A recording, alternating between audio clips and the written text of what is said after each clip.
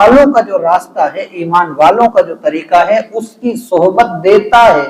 دینے کے بعد جو بندہ پھر مخالفت کرے، پھر بھی نہ مانے یا پھر بھی اس کا اعتراض کرے، پھر اللہ تعالیٰ اسے اس کی سوچ کے مطابق پھیر دیتا ہے کہ جدھر جانا ہے تو جا، اپنی زندگی گزار، جیسے گزارے گا وہ گزارتا رہے گا۔ اللہ تعالیٰ ایک حد ہوتی ہے کہ وہاں تک اس کو بار بار ہدایت کا موقع ملتا ہے، بار بار موقع ملتا ہے، چاہے موقع سے فائدہ اٹھائے آ جائے، نہیں تو پھر اللہ تعالیٰ اس سے وہ ہدایت کا جو موقع والی بات ہے وہ بھی ختم کر دیتا ہے۔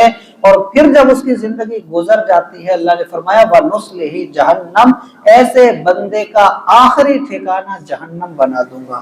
اور فرمایا وَسَاءَتْ مَصِيرًا، اور بہت ہی بری جگہ ہے وہ رہنے کی، یعنی جہنم کیونکہ آگ ہے، اللہ کا عذاب ہے، اللہ کے ناراضگی والے لوگوں کی جگہ ہے، اس لیے کہا وساعت مصیرہ، وہ بہت ہی بری جگہ ہے، عذاب کی جگہ ہے، وہاں رہنا یہ بس کی بات نہیں ہے، وہاں رہنا یہ آسان نہیں ہے۔ تو یہاں اس آیت کے اندر جو چیز سمجھائی گئی نا، دو چیزیں ہیں اور دو چیزوں کا نچوڑ ایک ہی چیز ہے۔ دو چیزیں کیا ہے؟ پہلے اللہ نے فرمایا اپنے رسول کی بات کہ جو میرے رسول کی مخالفت کرے، اس سے مراد کیا ہے؟ علماء یہ بھی کہتے ہیں کہ اس کا ایک مطلب یوں بھی ہے جیسے دین ہے نا، ابتدا اس کی رسول اللہ صلی اللہ علیہ وآلہ وسلم سے ہوئی ہے، تو رسول اللہ صلی اللہ علیہ وسلم کا طریقہ ہی اصل ہے، دین کی بنیاد وہ حضور کا طریقہ ہے۔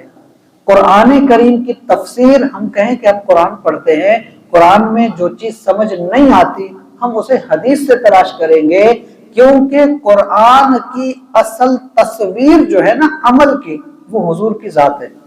اگر ہم یہ کہیں کہ قرآن پاک میں یہ جو چیز ہے اس کا مطلب کیا ہے، تو حضور علیہ السلام کی سیرت اور حضور کا کردار بتائے گا اس قرآن پر عمل کیسے کیا جائے۔ جیسے قرآن پاک میں حکم ہوا نماز پڑھو، پڑھیں گے کیسے؟ تو رسول اللہ صلی اللہ علیہ وسلم نے پڑھ کے دکھائی کہ ایسے نماز ہے۔ تو حضور کا طریقہ وہ قرآن کی تفسیر ہے، حضور کا طریقہ قرآن کی تعلیم ہے۔ اب حضور علیہ السلام کے طریقے کے بعد ہم کس کے پیچھے چلیں گے؟ تو ہم تک حضور کا طریقہ پہنچایا کس نے؟ وہ صحابہ ہیں۔ صحابہ کے بعد اس کے آگے جو طریقہ صحابہ نے بتایا کہ حضور کا یہ طریقہ تھا، ہم تک پھر آگے کس نے پہنچایا؟ وہ تابعین ہے۔ اس کے آگے تبع تابعین ہے۔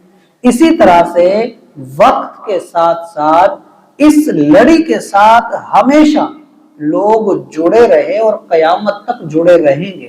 جیسے حضور کے ساتھ صحابہ جڑے ہوئے، صحابہ کے ساتھ تابعین جڑے ہوئے، تابعین نے حضور کو نہیں دیکھا لیکن صحابہ کو دیکھا ہے، تو ان کی جو نسبت ہے وہ صحابہ سے ہے، تبع تابعین کی نسبت تابعین سے ہے، لیکن تبع تابعین بھی ملتے حضور سے ہیں۔ کیسے؟ تابعین کے ذریعے، صحابہ کے ذریعے اور پھر حضور سے۔ اسی طرح سے آج تک یہ سلسلہ ہے کہ نسبت بنسبت اولیاء اعظام ایک دوسرے کے ساتھ جڑ کے حضور کے ساتھ منسلک ہیں اور قیامت تک یہ منسلک ہونا چلتا رہے گا۔ اس میں کہیں بھی توڑ آ جائے، فاصلہ آ جائے، نسبت ختم ہو جاتی ہے۔ اور اگر مثال کے طور پر یہ جو پیران اعظام ہوتے ہیں، کسی کا سلسلہ بیعت بیچ میں تھوڑا سا بھی گیپ ہو اور حضور سے نہ ملتا ہو، وہاں بیعت جائز ہی نہیں ہے، وہاں بیعت نہیں کر سکتے۔ اسی طرح سے یہی وجہ ہوتی ہے کہ اولیاء اعظام کے شجرے محفوظ ہوتے ہیں کہ کس نے کس کے ہاتھ میں ہاتھ دیا تھا۔